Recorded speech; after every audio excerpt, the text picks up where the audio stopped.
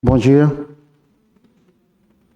Daremos início agora à penúltima aula, né, do conteúdo dos pilares da reforma, né, disciplina administrada pelo celeiro ministerial. E hoje falaremos sobre a graça irresistível, né. Iniciaremos com um entendimento que será muito importante, foi a primeira aula do irmão Neto, né, do Rodrigues Neto, a respeito da depravação total.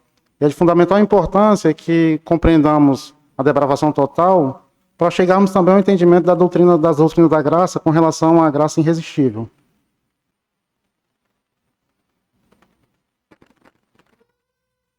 O primeiro tema apresenta a foto do Armínio, né, e Calvino, né, que na verdade nunca houve o encontro entre esses dois homens, né, somente entre os seus discípulos, né, aqueles que eram alunos deles, né, e foi apresentado pela remonstrância no período de 1600, algumas contestações com relação às doutrinas da graça, né, que anteriormente era baseado nos catecismos, né, com relação ao livre-arbítrio, eleição condicional, expiação geral, graça resistível e cair da graça ou perder a salvação.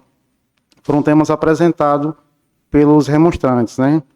E nisso, após o Sínodo de Dort, né, que foi definido pela Igreja, uma resposta com relação a essas doutrinas apresentadas, né? Que foi exatamente as doutrinas da graça, que hoje chamamos de calvinismo, né? Que é a depravação total, a eleição incondicional, a expiação limitada, a graça irresistível e a preservação dos santos, né? Então, como a gente leu anteriormente na nossa liturgia, né? Queria que alguns dos irmãos pudessem ler Romanos 8, 26 ao 30. Também o Espírito, semelhantemente, nos assiste em nossas fraquezas, porque não sabemos orar como convém, mas o mesmo Espírito intercede por nós sobremaneira, com gemidos inexprimíveis. E aquele que sonda os corações sabe qual é a mente do Espírito, porque, segundo a vontade de Deus, é que ele intercede pelos santos. Sabemos que todas as coisas cooperam para o bem daqueles que amam a Deus, daqueles que são chamados segundo o seu propósito. Porquanto, aos que de antemão conheceu, também os predestinou, para serem conformes à imagem de seu Filho, a fim de que ele seja o primogênito entre muitos irmãos. E aos que predestinou, a esses também chamou. E aos que chamou, a esses também justificou. E aos que justificou, a esses também glorificou. A versão Ara, né? Então, irmãos, a graça irresistível, né? Ela evidencia a ação do Espírito Santo em nossas vidas, né? Então, compreendemos como a base do novo nascimento, né? A graça irresistível. E que ela venha, o significado dela em nossas vidas, né? Como diz em Ezequiel 36, que o irmão até leu hoje foi no nosso devocional, né? Versículo 26 e 27, né? Dar-vos-eis um coração novo, e porei dentro de vós espírito novo. Tirarei de vós o coração de pedra, e vos darei coração de carne. Porei dentro de vós o meu espírito, e farei com que andeis nos meus estatutos. Guardeis os meus juízos e os observeis. Percebemos que na doutrina da graça irresistível, a ação de Deus com relação a nosso ser incapaz de realizar o novo nascimento por si só, como foi colocado na doutrina da depravação total, o homem se torna totalmente inapto a esse novo nascimento, né? E uma das questões que é questionada pelos remonstrantes colocado, a questão da resistência do homem. E nós sabemos que o homem sempre ele tenta resistir à ação de Deus. Ele tenta resistir ao Espírito Santo, enquanto ele se encontra no estado de depravação. Enquanto não é colocado esse novo coração, né, no ser do homem, com relação para que ele consiga ter luz para perceber o plano de redenção do Senhor, ele permanece em rebelião contra Deus, né? Ele não tenta de forma alguma, né, por força própria, forma de agradar a Deus, forma de entender o sacrifício de Cristo, né? Então isso tem mostrado que a nossa plena dependência com relação ao plano de Deus para a nossa salvação. Porque a única forma que nós temos de iniciar a santificação em nossas vidas é por meio do novo nascimento, né? Muitas vezes algumas pessoas podem também confundir o novo nascimento com o processo de santificação, né? Isso é muito comum algumas pessoas confundirem esse estado, né? Porque o novo nascimento ele vem acompanhado de arrependimento e fé. Então, sem a iluminação do Espírito Santo, nós não conseguimos, de forma alguma, entender o estado pecaminoso que nós temos, que vivemos. Porque é comum nós nos compararmos a outras pessoas que estão num estado pior do que nós. Porque às vezes a gente, por exemplo, durante a escola, o período escolar, né, muitas vezes a pessoa quer justificar uma nota baixa, diz, não, mas na minha turma lá todo mundo tirou nota baixa. Não foi só a minha nota, não. Todos que estudaram comigo tiraram também a nota semelhante à minha, ou até mais baixa do que a minha nota. Então nós temos sempre esse aspecto de nos comparar a outros que estão no estado mais decaído do que nós ainda. Por isso que muitas vezes você fala sobre o evangelho para algumas pessoas, e a resposta delas, não, mas preciso ser salvo de quê? Minha vida está tão bem, eu estou com meu salário em dias, não tem ninguém na minha família doente, não tem nada que eu veja esse estado de necessidade de alguém me resgatar. Resgatar de quê? Né? Qual o motivo que eu preciso mudar a minha vida? Por que mudar a minha vida, se eu estou vivendo tão bem? Então, assim, quando nós nos encontramos ainda no estado da depravação total, sem iluminação do Espírito Santo, nós não conseguimos compreender o plano redentivo, né? Nós não conseguimos compreender que foi necessário que um Deus, Cristo, viesse como um homem, né, se sacrificasse por nós para que obtivéssemos a salvação. E essa questão da resistência, eu comparo muito com relação a quebra da resistência que nós temos com relação a Deus, como uma adoção, quando nós somos adotados por Deus, né? E Deus envia o Espírito Santo para que nos convença. E muitas vezes as pessoas que questionam a graça irresistível, eles colocam que Deus age como se fosse um programador que muda a programação do homem, ou forçasse o homem a adorá-lo, forçasse o homem a reconhecê-lo como Senhor, né? Mas nós percebemos que isso não é verdade. Que, na verdade, Deus nos adota como um filho que é sequestrado, né? Pessoas que não têm filhos, eles podem sequestrar alguém e querer criar como filho, né? E vai chegar um dado momento do crescimento que, se eles descobrirem que foram sequestrados dos verdadeiros pais, creio que eles não vão ter aquele mesmo amor com alguém que os criou e foi de forma forçada que os sequestrou para criarem, diferente daqueles que são adotados, que foram escolhidos de forma amorosa. Então, assim age o Espírito Santo em nossa vida, para nos convencer do nosso pecado, também para percebermos a motivação pela qual nós fomos criados. Porque a Bíblia nos trata bem claro que o plano, quando Deus criou o homem, foi para a sua glória, para reconhecermos a glória de Deus, para nos deleitarmos no amor de Cristo, né? Então, vivemos nessa resistência. O chamado cria aquilo o que ordena, muda a disposição do coração. Ele opera com poder a partir do interior, como nova sede, nova fome e desejo impulsionador. Além dele nos convencer com relação ao nosso pecado, né, ele gerando em nós o arrependimento verdadeiro, ele também nos impulsiona. Ele nos faz desejar ainda mais a Cristo. Não é como um título que a gente recebe para a salvação, mas ele nos impulsiona a desejar ainda mais se deleitar na vontade do Senhor. Uma citação de John Piper fala: a doutrina da graça irresistível significa que Deus é soberano e pode suplantar toda a resistência quando ele quiser, né? Segundo a sua vontade, ele opera com êxito do céu, e os moradores da terra, não há quem lhe possa deter a mão. Daniel, capítulo 4, versículo 35.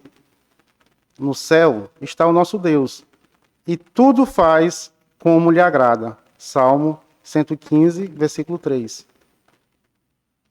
Quando Deus age para cumprir o seu propósito soberano, ninguém pode resistir-lhe.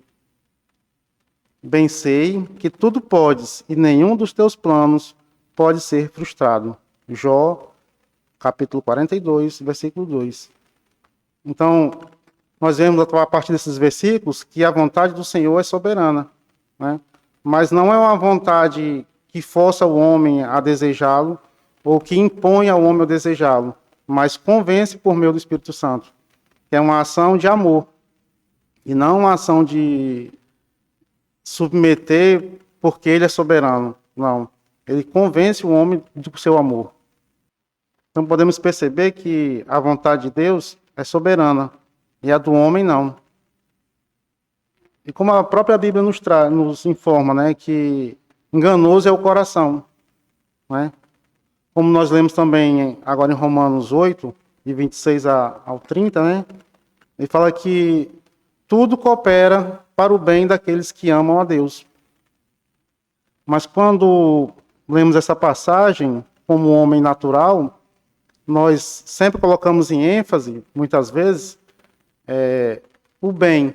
Tudo coopera para o bem daqueles que amam a Deus. Com relação ao bem e a nós mesmos. Não, é para o meu bem que o Senhor está fazendo isso. Não, se eu estou passando essa dificuldade, é para o meu bem.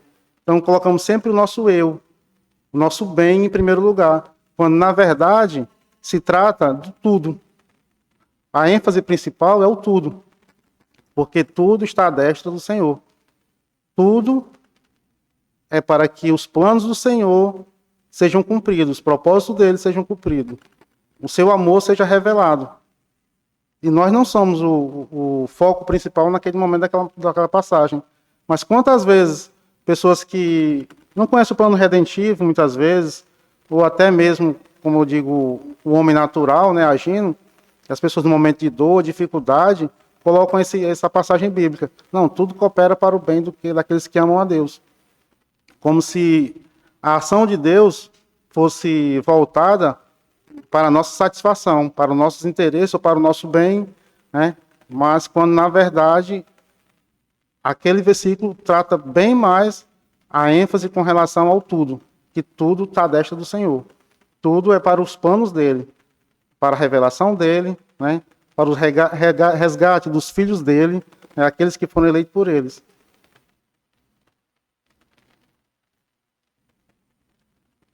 Tem um texto de Bernard Letter, né?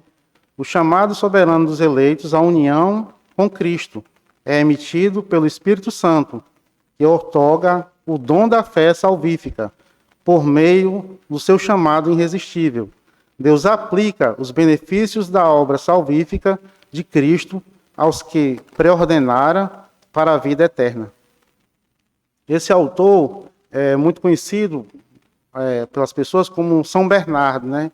Que era um monge, né, da igreja ainda no ano de 1200, e bem antes da reforma, né?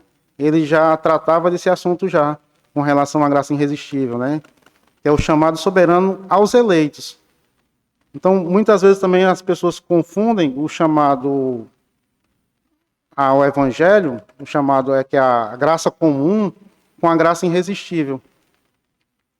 A graça irresistível, ela é aplicada aos eleitos, aqueles que Deus enviou ao Filho. Não é aplicada a todos os homens, né? Inclusive, na aula anterior que nós tivemos sobre a expiação limitada, né? Define bem isso aí, com relação a por quem Cristo sacrificou-se, né? Por quem Cristo cumpriu o mandamento do Senhor, com relação a se oferecer como sacrifício. Por quem ele foi expiado, né?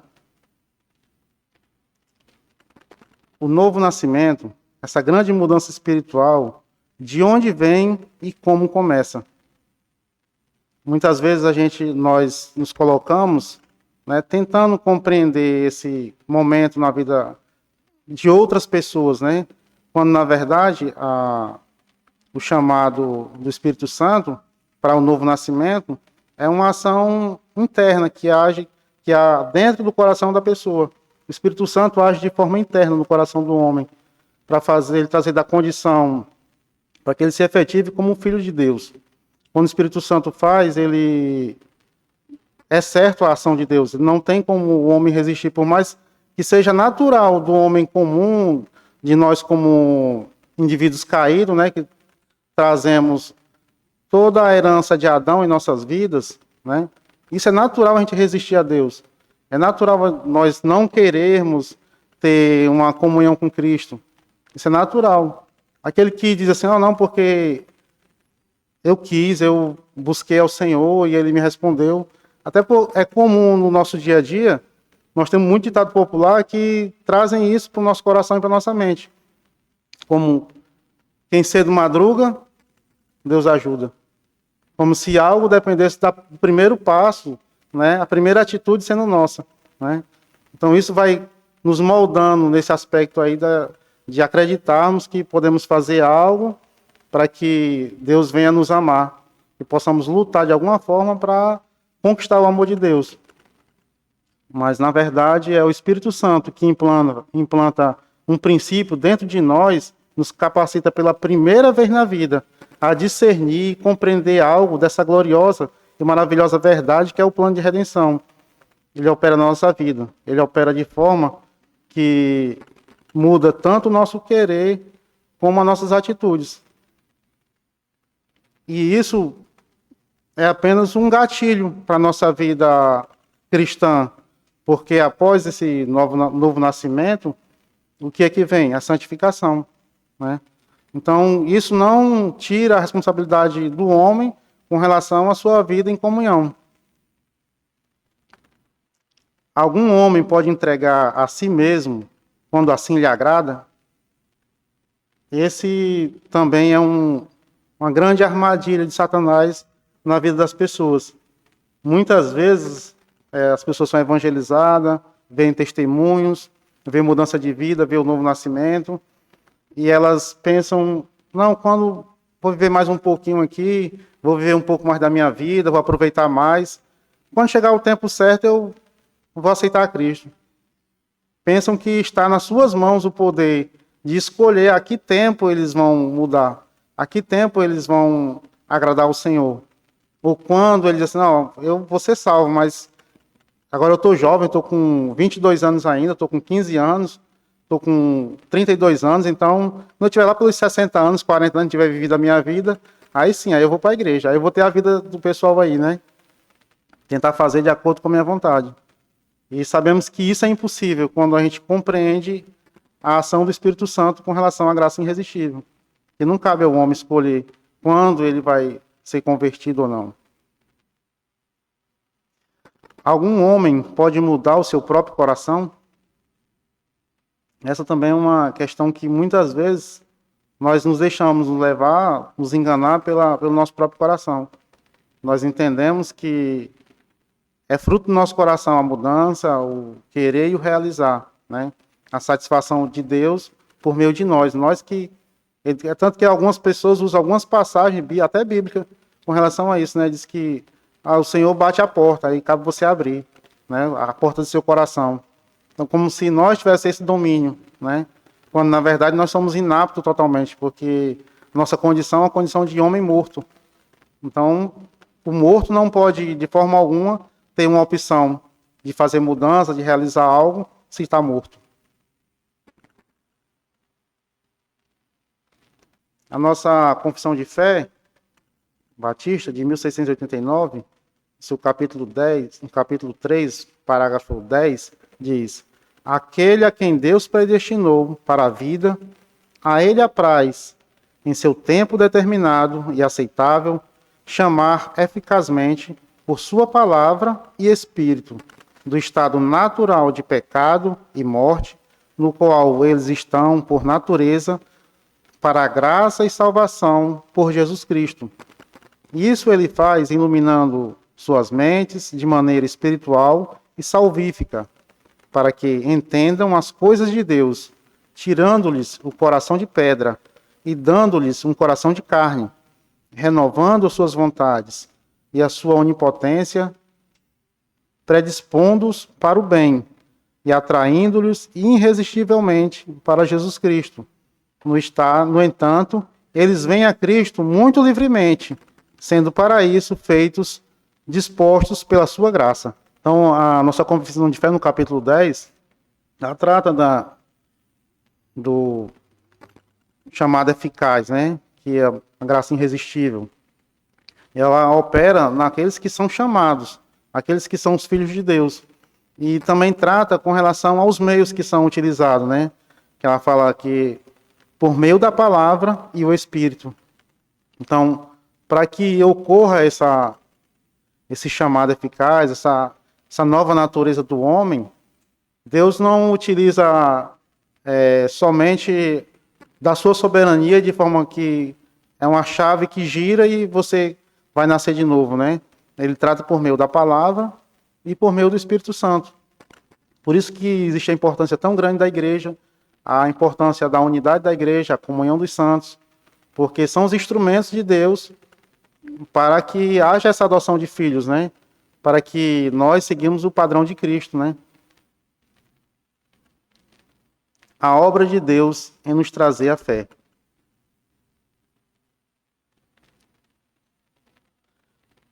E a obra de Deus em nos chamar. Queria que alguém abrisse em Romanos, capítulo 9, versículo 14 ao 18. Outro pudesse abrir em Romanos 9, 20 a 21. E Romanos 8, 7 ao versículo 8. Então, nisso nós percebemos que a ninguém, mesmo com poder, com autoridade, ou conhecimento, ou que ainda que seja soberano sobre uma nação representante, ninguém pode resistir à vontade de Deus, tanto para ser utilizado como vaso de honra ou vaso de desonra, né? Tudo que foi criado compete a cumprir os propósitos do Senhor. Romanos 9, 20 a 21. Então, mais uma vez, nós vemos que muitas vezes as pessoas, quando não têm a iluminação por parte do Espírito Santo, queremos até questionar a Deus. Mas por que alguns são eleitos, outros não são eleitos? Mas por que os crentes se acham melhor do que os outros, só eles são salvos? Né? Isso é muito comum, esse questionamento, né? Mas percebemos que a soberania de Deus, mais uma vez, é que apresenta aqueles que são eleitos, aqueles que são colocados para vaso de honra, aqueles que não são, que cabe somente o juízo, e isso é decretado pelo Senhor. Mas nós sabemos que o único mistério que o Senhor tem colocado e revelado a nós por meio das Escrituras foi o seu plano de redenção por meio de Cristo. Então, quando a gente entende o plano redentivo, nós entendemos como Deus elegeu alguns e outros não, né? E que aqueles que são eleitos são de forma amorosa. É o amor de Deus que transborda na vida do homem por meio de Cristo. Então, a escolha não está no indivíduo, mas sim na vontade soberana de Deus. E muitas vezes nós não compreendemos coisas muito mais simples, mas queremos questionar a Deus em coisas bem maiores, como a salvação, né? Porque somente Deus esquadrilha os corações. Nós mesmos não conhecemos o nosso coração. A Bíblia trata que somente Deus esquadrilha os corações. Então Deus tem uma motivação para a salvação, eleição e condenação do próprio homem, né? Romanos 8, 7 e 9. Então percebemos que o homem não pode dar esse primeiro passo, né, para a salvação, para a regeneração, o novo nascimento. Porque enquanto o Senhor não faz habitar em nós, por meio do Espírito Santo, para que haja arrependimento e fé, nós não podemos perceber e nem agradar o Senhor.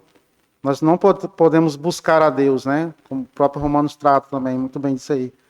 Então, enquanto o homem vivermos a vida do homem natural e não mudarmos para o homem espiritual, nós não conseguimos agradar a Deus, nem buscá-lo, nem de forma alguma, pela nossa própria força, conquistar a salvação, o amor de Deus. Então, vou tratar agora de alguns exemplos, né? Em João 6,44, alguém poder abrir aí? E João 6, 64 e 65.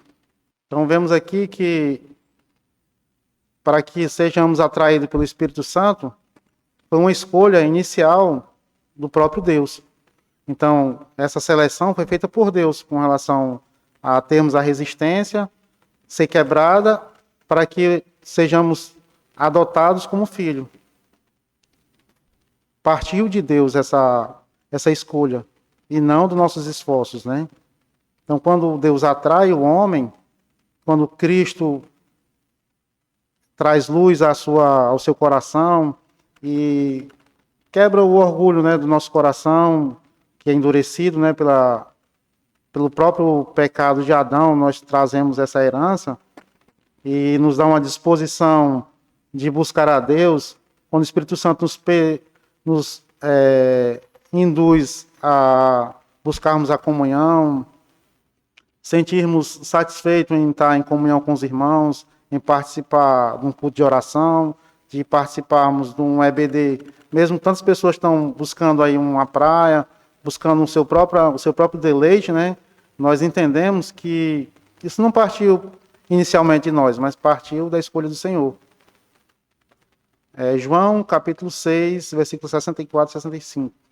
Então, mais uma vez, nós percebemos que quando Deus não atrai, né, quando essa graça não é dada ao homem por meio do Espírito Santo, ele permanece no seu próprio caminho. Por mais que ele pode estar tendo uma vida de devoção, de leitura da Bíblia, ele faz tudo aquilo de forma com sua própria força, com o seu próprio braço, e isso ele jamais vai conseguir agradar a Deus, porque enquanto o Espírito Santo não atuar na vida dele e trazer ele para o Senhor, porque foi enviado que o Pai apresentou ao Filho, esses, por mais que tenham uma vida religiosa, muitas vezes, né, e busquem agradar o Senhor, agradar outras pessoas. Inclusive tem um livro de John T. Edwards, né, que fala sobre caridade e os verdadeiros frutos do amor, né, que todo bem que nós praticamos verdadeiramente, as afeições religiosas, só são verdadeiras se elas precederem da vontade de Deus, se for por meio do Espírito Santo. Se não houver ali a intercessão do Espírito Santo em nossa vida para a prática de bons atos, de boas ações, isso não agrada ao Senhor. Porque sabemos que, assim como existe a graça irresistível que toca aos eleitos, aqueles que Deus enviou para Cristo, existe também a graça comum. As pessoas trabalham, compram carros, conseguem usufruir de uma boa vida, conseguem até mesmo praticar muito boas ações, mas tudo isso abaixo somente da graça comum, né? Quando, na verdade, o verdadeiro propósito do Senhor é a adoção, é nos ter como filho. Mas muitas vezes, até como a gente já viu no Salmo 73, né, que nós olhamos e vemos tudo dando tão certo na vida do outro, tantas conquistas, e a nossa vida está tão assim ainda abaixo daquelas pessoas que não conhecem o Senhor, mas porque o Senhor, nos planos do Senhor, não está ligado a tantas questões terrenas, porque, na verdade, nós somos o quê? Seres que a nossa nação não é mais essa nação, né? Nós estamos focados numa vida espiritual e não do homem comum, do homem natural. Então, as conquistas do homem natural, elas apresentam-se para todos os homens, devido à graça comum. Mas, verdadeiramente, ser filho somente por meio do chamado eficaz.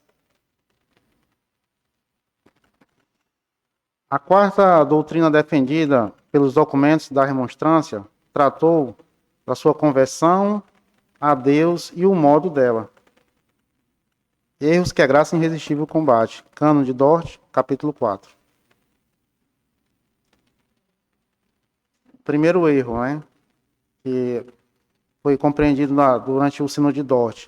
A graça de Deus, que afirmavam os remonstrantes, a graça de Deus pode ser rejeitada com relação ao modo dessa graça. Ela não é irresistível, desde que está escrito a respeito de muitos que resistiram ao Espírito Santo, em Atos 7:51, em outras partes e em outros lugares.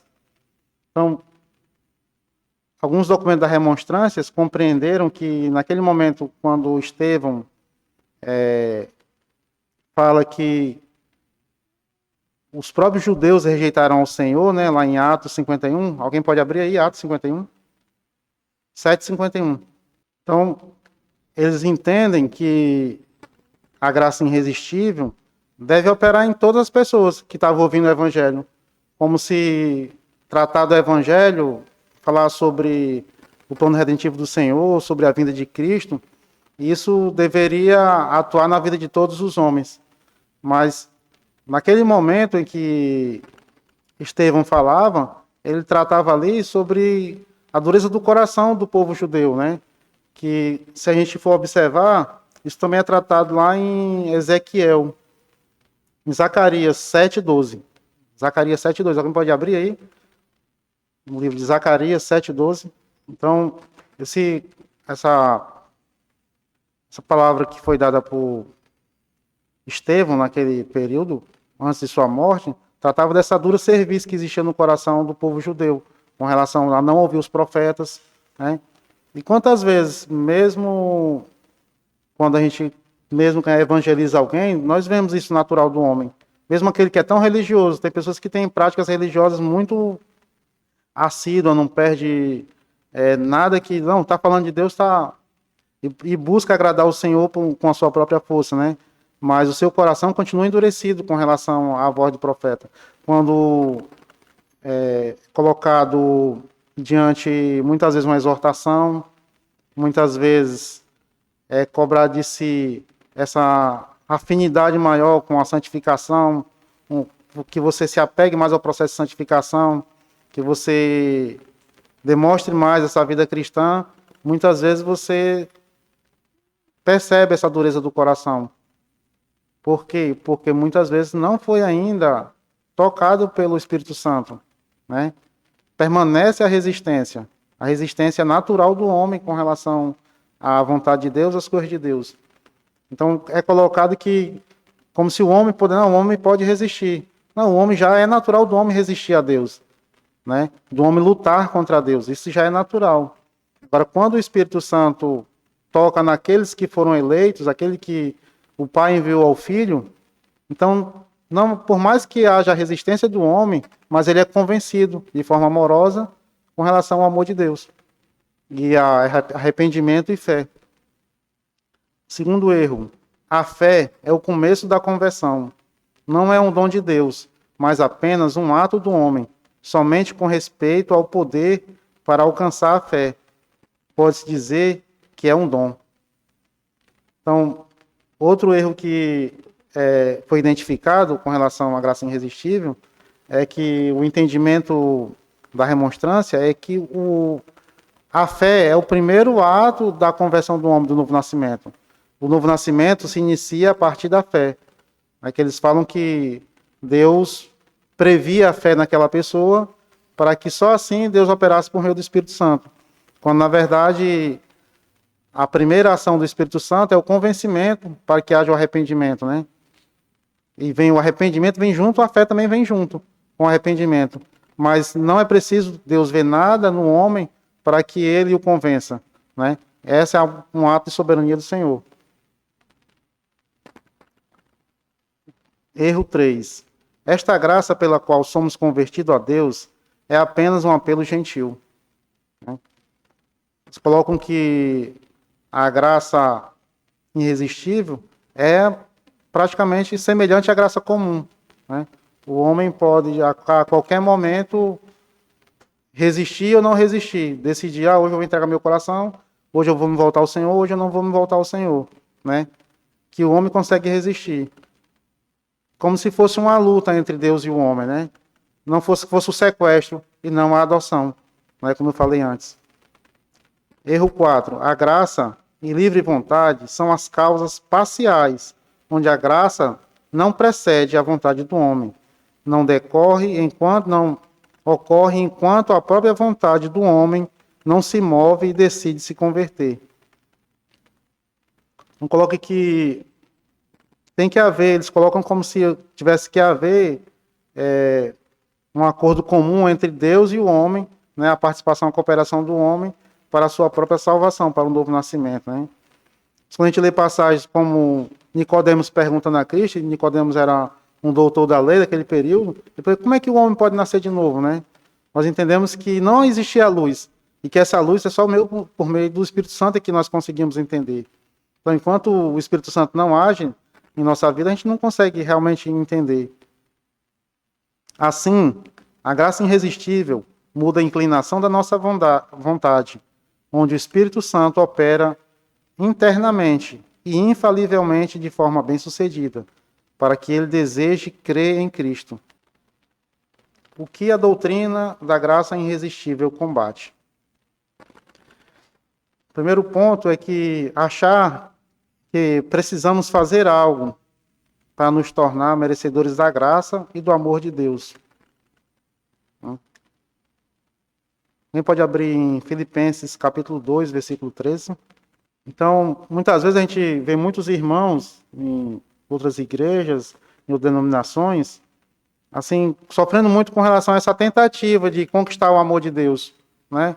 Tentar fazer algo para, não, eu vou jejuar, vou orar mais, vou me sacrificar para conquistar o amor de Deus.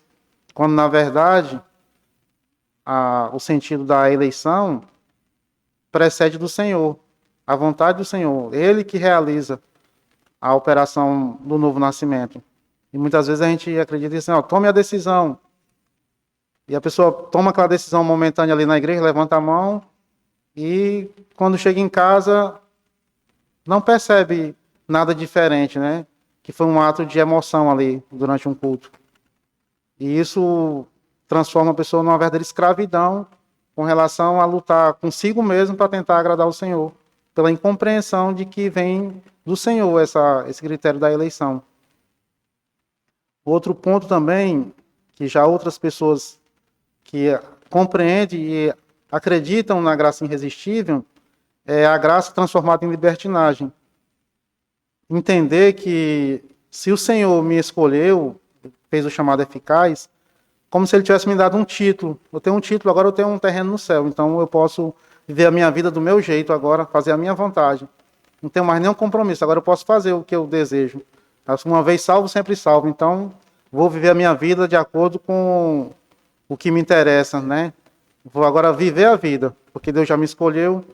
Então, muitas vezes, algumas pessoas praticam também essa forma de não caminhar em santificação. Acreditar que podem viver uma vida sozinho. Não, vou só ler a Bíblia uma vez por semana, então já está suficiente já. Deus já me escolheu. Então, acaba transformando em uma libertinagem com relação à sua vida cristã, né? Sem santificação. Vivemos em um sistema humano baseado em meritocracia. Precisamos evoluir, progredir, desenvolver, e então escolher os frutos destes esforços. Essa outra questão que eu coloquei anteriormente, né? Nós sempre nos comparamos aos outros, então nos achamos merecedores. Então, já que somos merecedores, podemos, através do nosso próprio esforço, conquistar algo, merecer a salvação, merecer o amor de Deus, porque eu sou melhor do que fulano, porque eu sou dessa igreja, e fulano é de uma igreja que não fala sobre Cristo, então não fala sobre pecado. Então, muitas vezes, nós nos iludimos e achamos que existe algum mérito em nós, né? E não temos humildade para entender a dependência que temos do Senhor, a dependência que temos do Espírito Santo. Porque assim como o Espírito Santo age no convencimento do nosso pecado para arrependimento, nos traz também fé, ele também nos assiste durante toda a nossa caminhada cristã, né? Durante o processo de santificação. Então, a graça irresistível evidencia o caráter de Cristo em nós. Levar o crédito por aquilo que somente a graça pode produzir é o ápice da arrogância espiritual. Pensar que a graça, uma vez recebida, já não é mais tão essencial assim. É a receita para o desastre. Sem a paciência, o perdão, o resgate, a provisão, a transformação e a libertação da graça, não haveria qualquer esperança espiritual para nós. Não somos espiritualmente independentes de maneira alguma. Na citação de Paul Tripp. Como nós já lemos em Romanos 8, 7 e 8, né? Romanos 8, 7 e 8. Né? Essa dependência completa que temos do Espírito Santo. Qual o perigo e consequência de não adotar a graça irresistível? O primeiro dos perigos, né, que é o mais comum, é o orgulho. Né? A graça irresistível deve produzir humildade e amor no crente, não o orgulho e desconfiança. Assim como não escolheu o eleito por qualquer coisa que houvesse nele, Deus não converteu aqueles destituídos de graça porque de alguma forma fossem merecedores. Outro risco também é, como eu coloquei, o orgulho, a gente achar que somos dignos, merecedores de algo, né? Que foi nós somos a motivação para o novo nascimento. Também existe também o risco também de acreditar numa coação do Espírito Santo, como se muitas vezes é um dos primeiro contexto que as pessoas colocam quando eles têm uma defesa do arminianismo, eles dizem, então vocês são como um robô. Os calvinistas são como um robô, Deus faz o que quer e vocês não têm vontade, vocês não podem fazer nada, né? E isso é um risco muito grande, né? As pessoas colocar como se houvesse uma coação do Espírito Santo e não adoção, né? Mas isso apresenta como a falta do conhecimento com relação ao plano redentivo. A vontade humana é restaurada, não é removida. A regeneração ressuscita, cura, restaura espiritualmente e de maneira agradável e poderosa a corrigir a vontade e suas propriedades. Então, na verdade, existe um ato amoroso e não um ato de coação por parte do Espírito Santo. Outra consequência também é não crer na soberania divina. Deus realiza o milagre da regeneração por meios. Sim, Deus é soberano. Sim, o Espírito sopra em quem Ele quer. O Espírito escolhe ter misericórdia de quem Ele quer ter misericórdia. Mas o Senhor também escolheu efetuar sua regeneração pelo uso do Evangelho. Então, muitas vezes, essa separação entre o novo nascimento e os meios o qual Deus utiliza. É colocado como se fosse algo Deus e você ali naquele momento, e operou, virou a chave, e você agora é um novo cristão, né? E porque você fez algo, porque você realizou algo que você se tornou merecedor. E a gente esquece dos meios que Deus utiliza, que é por meio do Evangelho, por meio da pregação da palavra, né? Por meio da evangelização, do discipulado. E muitas vezes não se valoriza que a soberania de Deus está presente em todos esses atos, né? A soberania de Deus está presente na igreja, está presente nos líderes da igreja, nos oficiais da igreja, está presente na comunhão dos irmãos. Então, em tudo está presente a soberania de Deus. Não somente no seu eu, na sua tentativa de conversão. Aplicações práticas da graça irresistível. Né? A primeira aplicação é a adoção. Então, nós passamos, quando Deus age e muda a nossa vontade, nós passamos a agir como filho. Então, aquela nossa identidade, quem éramos, né, o nosso ser natural, como vivíamos, passou a ter um novo caráter, né? Então, devemos apresentar o caráter de Cristo como novas criaturas. E não tem mais, como já foi colocado em pregações, como teve no culto nos lares em Aracati, né, a respeito de Colossenses 1,13, que somos agora cidadãos de um novo reino. Nós não somos mais desse reino que vivíamos antes, mas um novo reino, entendeu? Acredito que nós temos que refletir isso em nossa vida, essa adoção, né? Entender esse amor de Deus com relação às nossas vidas. Outra aplicação também é a luz do Senhor, a luz do Espírito Santo. Até mesmo a leitura bíblica, nós passamos a ler, a crer de forma mais espiritual. Acreditar e perceber que quando o Senhor nos elegeu, nos colocou arrependimento e fé, também nos dotou de dons espirituais para servirmos a igreja. Então, cada cristão tem uma importância que Deus colocou na vida daquela pessoa. Ninguém é mais importante ou menos importante na obra do Senhor. Então, nós temos que perceber isso, porque já não somos nós, mas Cristo que vive em nós. A verdade e a beleza autenticadoras. Essa verdade e essa beleza são as convicções que são geradas em nós durante a nossa caminhada de santificação, né? Durante toda a nossa vida, nós começamos a refletir, né, o amor ao próximo, a mansidão, né, a abominação ao pecado. Então, são verdades autenticadoras. Como o irmão falou em Aracati, no último culto agora, que a respeito daquela palavra que a pessoa disse, não, eu cheguei atrasado no culto porque fui atropelado pelo ônibus. Aí como é que a pessoa vai demonstrar aquilo ali? Como vai ser autenticada aquela história, né?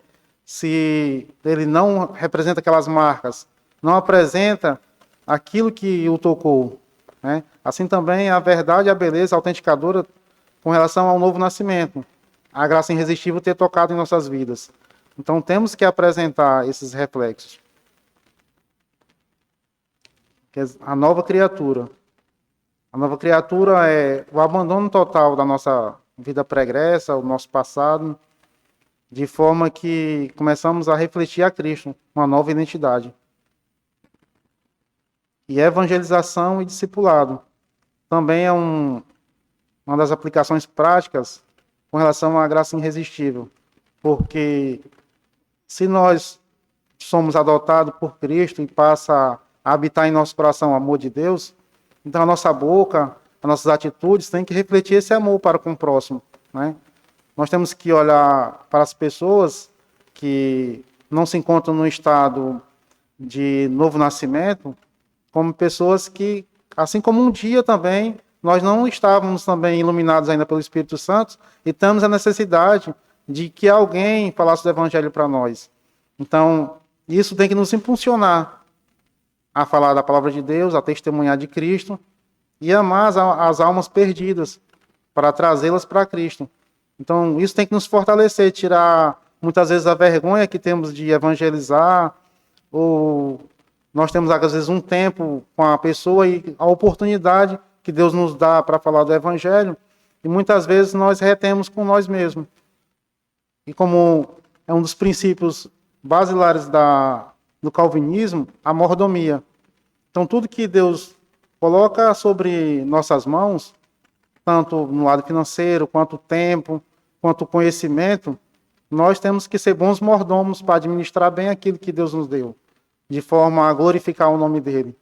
Então, isso reflete muito na evangelização e discipulado. Então, temos que remir o tempo de forma a trazer mais glória ao Senhor, né? Porque temos o Espírito Santo que nos assiste em todos os momentos. Então, encerro agora e só um contexto que eu li, né, e me chamou muita atenção com relação a dois pastores, né, do ano de 1700, que era George Whitefield, que era calvinista, né, e creio que você tenha sido o maior pregador durante esse período, foi ele, né, que tanto não é muito conhecido, o George Whitefield, porque ele dedicou inteiramente a sua vida à pregação do Evangelho, a evangelizar pessoas, e ele morreu após uma pregação, né? Ele foi para sua casa descansar, pediu a Deus a força para pregar pela última vez, e depois, voltando para sua casa, ele descansou no Senhor. E ele pregava e defendia o calvinismo. Ele era muito amigo de John Wesley. Já o John Wesley é bastante conhecido, porque pela sua obra até institucional, porque ele fundou a igreja metodista, né? E até os dias de hoje, muitas pessoas conhecem a sua obra, né? Bem mais do que George Whitefield. Então, perguntaram certa vez a George Whitefield se John Wesley estaria no céu. Será que ele vai ser visto no céu? Será que ele vai para o céu? Porque sempre existiu essa batalha entre calvinista e arminiano, né? E George Whitefield, ele respondeu, temo que não. Aí a pessoa que perguntou ficou assim, visto que ele não, realmente esse arminiano não vai se salvar, né? Aí, porque ele estará tão perto do trono eterno e nós tão distantes que quase não veremos ele. Então, assim, e na morte de George Whitefield, quem pregou durante o seu sepultamento foi John Wesley, né?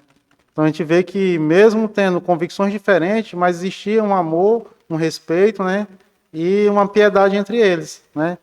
E todo esse nosso conhecimento que nós estamos adotando agora com relação às doutrinas da graça, que isso sirva não para a gente, quando tiver diante de pessoas que defendem o arminianismo, mas que a gente venha agir com piedade, né? Então coloca agora para se alguém tiver alguma pergunta, alguma dúvida, para que a gente possa discutir, esclarecer, né? A nossa próxima aula será a perseverança dos santos. Então, vamos orar? Bendito Deus e amado Pai, ó Deus, nós te agradecemos por mais esse momento, o qual o Senhor tem moldado nossos corações e mentes para te conhecer cada vez mais. Obrigado, Senhor, pelo teu Espírito Santo, que tem nos guiado, tem nos confortado durante todo esse momento. Que o Senhor possa nos preparar para o culto logo mais, para que sejamos ainda mais edificados e possamos nos deleitar, meu Pai, com a tua palavra. Por isso te rogamos que conserva a nossa mente e corações no dia de hoje, para te amarmos ainda mais, buscarmos compreender ainda mais esse maravilhoso plano redentivo, o qual o Senhor colocou para nos salvar. Te agradecemos pela eleição, a qual o Senhor colocou a nos olhar, mesmo sendo nós imerecedores, indignos, mas o Senhor, por amor a Cristo, Senhor, nos escolheu. Toma a nossa vida em tuas mãos, em nome do Deus que é Pai, Filho e Espírito Santo. Amém.